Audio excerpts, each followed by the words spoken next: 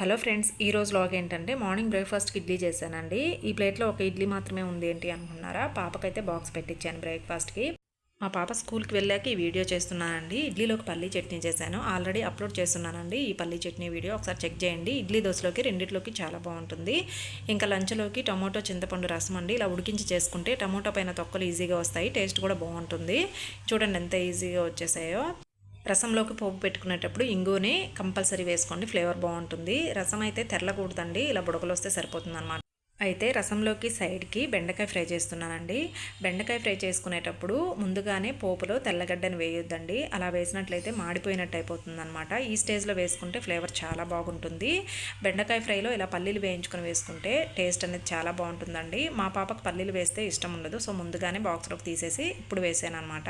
అయితే పనంతా అయ్యాక ఈ హెల్దీ లడ్డూలు చేశానండి. లాంగ్ వీడియో పోస్ట్ చేస్తాను. ఈ వీడియో నచ్చితే లైక్ చేయండి.